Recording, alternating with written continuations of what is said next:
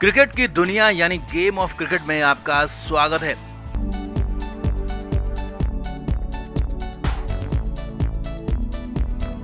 भारत और इंग्लैंड के बीच सीरीज धमाकेदार हुई। पहले टी20 और उसके बाद वनडे सीरीज में भारत ने अंग्रेजों का दम निकाल दिया। सीरीज का आखिरी वनडे मैच तो बेहद ही ज्यादा धमाकेदार हुआ जब ऋषभ पंत और हार्दिक पांड्या ने अंग्रेजों की धज्जियां उड़ा दी और भारत को ऐतिहासिक जीत दिला दी। लेकिन इस ऐतिहासिक जीत के बाद भी टीम इंडिया के कुछ खिलाड़ियों के लिए बुरी खबर है। जी हाँ, क्योंकि उनका करियर लगभग खत्म होने जा रहा है। जी हाँ, ऐसा ही कुछ कोच राहुल द्रविड़ ने कहा है और द्रविड़ ने साफ साफ कह दिया है कि वो सभी को मौका नहीं दे सकते, सबको गेम टाइम नहीं मिल सकता। अब इनमें तीसरा नाम बेहद ही ज्यादा हैरानी भरा है, तो आपको बताते हैं कौन है वो तीन अभागे खिलाड़ी जो संन्यास के लिए मजबूर हो सकते हैं, जिनका करियर लगभग खात्मे की ओर पहुंच चुका है। आप भी कमेंट करके अपनी राय जरूर दें और वीडियो को शेयर भी करें।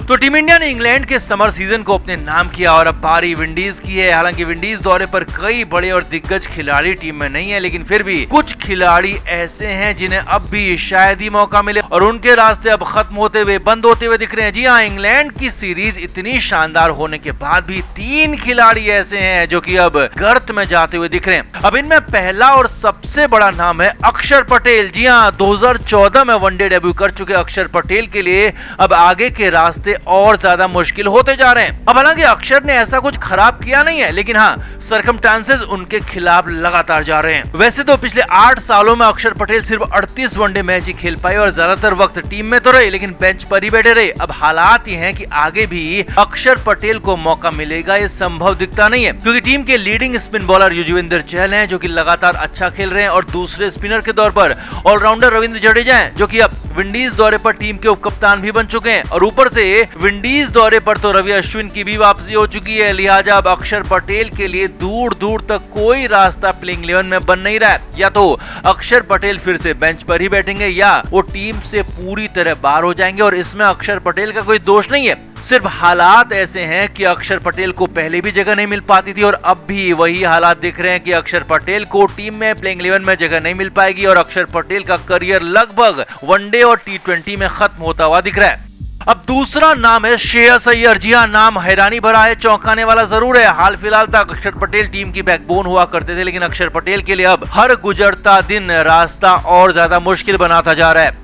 वेस्टइंडीज दौरे पर रोहित शर्मा के साथ विराट कोहली, हार्दिक पांड्या, ऋषभ पंत भी वनडे सीरीज में नहीं खेल रहे हैं, तो श्रेयस अय्यर के लिए यहाँ पर मौका बन सकता था, मगर श्रेयस अय्यर की खराब फॉर्म उनके खिलाफ जा रही है और ऊपर से दीपक हुडा, संजू सैमसन की टीम में वापसी हो चुकी है जो कि आयरलैंड दौरे पर धमाका मचा चुके हैं और राहुल द्रविड़ इन दोनों पर खासा भरोसा जता रहे हैं और दोनों का ही वनडे मैचों में सारे के सारे मैच खेलना सीरीज में तय है। और सूर्य कुमार यादव टीम में पहले से ही मौजूद है, यानी कि श्रेयस अय्यर को विंडीज दौरे पर भी टीम में शायद ही जगह मिले या जगह मिलेगी भी तो सिर्फ एक मैच में, और अय्यर वहां फेल हुए तो श्रेयस अय्यर के लिए आगे के रास्ते पूरी तरह से बंद हो जाएंगे और अब तो आगे से उनके लिए टीम में चुना जाना तक मुश्किल हो सकता है, क्योंकि तय है कि इस सीरीज में संजू सैमसन और दीपक हुडा फिर से धमाका मचाएंगे, क्योंकि दोनों ही खिलाड़ी जबरदस्त फॉर्म में है और जबरदस्त बॉल को हिट कर रहे हैं और वनडे टीम में भी ये दोनों अपनी जगह पक्की यहाँ पर कर सकते हैं और इसीलिए श्रेयस अय्यर के लिए यहाँ पर मुश्किल हो सकती है। आगे उनके लिए भी करियर को आगे बढ़ाना बेहद चुनौती भरा मुश्किल हो सकता है, उनका करियर भी खत्म होने की कगार पर पहुंच सकता है।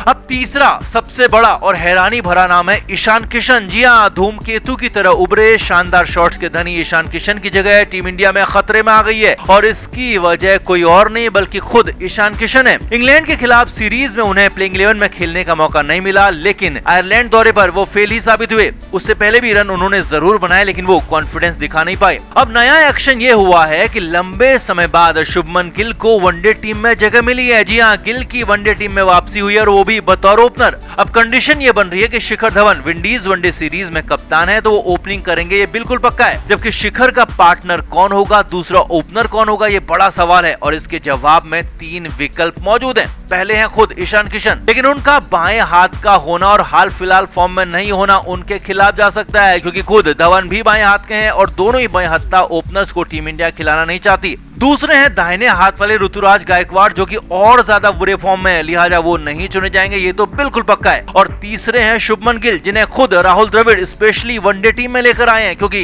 द्रविड़ मानते हैं कि गिल के लिए सबसे अच्छा फॉर्मेट वनडे ही है, क्योंकि वो बिल्कुल विराट कोहली की तरह के खिलाड़ी हैं और वनडे टीम में गिल को मौका दिया जाना बेहद जरूरी है। इसीलिए जब राहुल द्रविड़, जो कि हेड कोच हैं, खुद तय कर चुके हैं कि शुभमन गिल ही ओपनिंग करेंगे, तो फिर उसके बाद ईशान किशन के लिए ओपनिंग में कोई जगह नहीं है। और मिडिल ऑर्डर में भी ईशान किशन के लिए फिलहाल जगह बनती हुई नहीं दिख रही है, क्योंकि विकेट कीपिंग का जिम्मा संजू सैमसन के बाद होगा और बाकी के खिलाड़ी भी पूरी तरह से पहले ही पैक हो चुके हैं, क्योंकि पंत टीम में नहीं है, लिहाजा ईशान किशन भी यहाँ पर टीम से बाहर हो सकते हैं। अब इस बार ईशान किशन को मौका नहीं मिलता है तो फिर तो वो लंबे समय या कहें कि हमेशा हमेशा के लिए भी टीम से बाहर हो सकते हैं, क्योंकि लगातार नए और तूफानी खिलाड़ी टीम में दस्तक दे रहे हैं और बिना रन बनाए किसी को लगातार ढोना, और वो भी ईशान किशन जैसे युवा खिलाड़ी को अब टीम इंडिया में संभव ही नहीं है। और खुद कोच राहुल द्रविड़ कह चुके हैं कि कोशिश करेंगे ज्यादा से ज्यादा खिलाड़ियों को मौका दें, लेकिन सभी को मौका मिलेगा, सभी को गेम टाइम मिलेगा, ये संभव ही नहीं है। तो ऐसे में ईशान किशन ने खुद अपने पैरों में कुल्हाड़ी मारी है, अपने फॉर्म में लगातार गिरावट होने दिखाई है और लगातार खराब शॉट खेलकर वो आउट हुए हैं,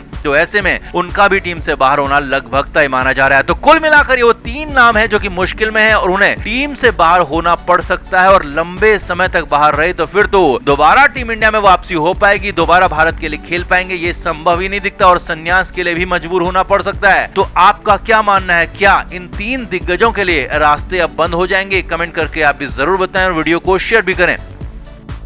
तो इंग्लैंड की धरती पर वैसे तो पेस बॉलर्स का ही जलवा रहता है, मगर इस बार पेसर्स के साथ साथ स्पिनर्स ने भी कमाल दिखाया और उसमें भी सबसे खास रहे युजवेंद्र चहल। चहल के इसी अंदाज पर रोहित शर्मा भी फिदा हो गए। जी हाँ, मैच पंत और पांड्या ने जिताया, लेकिन मैच के बाद कप्तान रोहित शर्मा युजवेंद्र चहल की बात करने लगे, चहल की बात कहने लगे। सीरीज जीतने के बाद कप्तान रोहित शर्मा का इंटरव्यू हुआ तो पहले रूटीन अंदाज में रोहित ने बल्लेबाजों की तारीफ की, गेंदबाजों की भी तारीफ की और फिर पंत और पांड्या की तारीफ में कहा कि दोनों ही बल्लेबाजों ने खुलकर खेला और 1 मिनट भी नहीं लगा कि दोनों कहीं से भी डर रहे थे। अब इसके तुरंत बाद रोहित ने चहल की बात शुरू कर दी। जी हाँ, रोहित ने कहा कि युजवेंद्र चहल एक ऐसा बॉलर है जिसे आप किसी भी पिच पर किसी भी देश में खिला सकते हैं और इस सीरीज में भी चहल ने दिखाया है कि वो क्या कर सकता है। रोहित ने आगे कहा, चहल को T20 वर्ल्ड कप में नहीं खिलाया गया, जो कि बेहद ही ज्यादा दुर्भाग्यपूर्ण रहा। जी हाँ, यहाँ पर रोहित शर्मा ने सीधे सीधे सवाल चयनकर्ताओं पर उठा दिया कि चहल जैसे बॉलर को आपने वर्ल्ड कप क्यों नहीं खिलाया और ऐसी नाइंसाफी क्यों चहल के साथ की गई। रोहित ने आगे कहा, चहल के साथ अब तक घनघोर नाइंसाफी हुई है, लेकिन अब आगे नहीं होगी और चहल आगे खेलेगा, सारे ही फॉर्मेट खेलेगा। अब यहाँ पर रोहित ने बहुत बड़ा ऐलान कर दिया, क्योंकि वनडे और T20 मैचों में तो चहल खेलते ही रहे हैं और सारे फॉर्मेट से मतलब अब टेस्ट मैच ही बचा, यानी कि चहल बहुत जल्द टेस्ट मैचों में भी डेब्यू करने वाले हैं और ये बहुत लंबे समय बाद होगा जब भारत का कोई लेग स्पिनर टेस्ट मैच खेलेगा और वो चहल होने जा रहे हैं। रोहित शर्मा तीनों ही फॉर्मेट के कप्तान है। रोहित ने साफ साफ कह दिया कि चहल उनके लीड बॉलर हैं। अब चहल के साथ नाइंसाफी आगे नहीं होगी, गलत नहीं होगा। और अब रोहित का जेस्चर यहाँ पर कमाल था, क्योंकि चहल ने तीसरे मैच में ठीक ठाक बॉलिंग की थी, कोई बहुत ज्यादा अद्भुत गेंदबाजी नहीं की थी, लेकिन असली हीरो पंत और पांड्या ही थे। मगर यहाँ पर रोहित ने उनसे ज्यादा चहल का जिक्र किया, चहल का सपोर्ट किया, तो अंदाजा लगाया जा सकता है कि चहल के लिए रोहित कितना परेशान है और वो परेशानी रोहित के चेहरे पर, रोहित की आंखों पर साफ साफ नजर आई। तो कुल मिलाकर अब माना जाना चाहिए कि चहल के सुनहरे दिन आ चुके हैं। चहल अगला वर्ल्ड कप ऑस्ट्रेलिया में होने वाला तो खेलेंगे और साथ ही साथ टेस्ट डेब्यू का भी उन्हें मौका मिलने वाला है। तो आपका क्या मानना है, चहल के लिए रोहित का बयान कितना सही है, कितना गलत, और चहल क्या टेस्ट मैचों में कमाल कर पाएंगे? कमेंट करके आप भी जरूर बताएं और वीडियो को शेयर भी करें। क्रिकेट के हर नए अपडेट के लिए गेम ऑफ क्रिकेट को सब्सक्राइब करें और उसके बाद बेल आइकन को प्रेस करना ना भूलें, ताकि सिर्फ आपको मिले गेम ऑफ क्रिकेट की हर खबर सबसे पहले।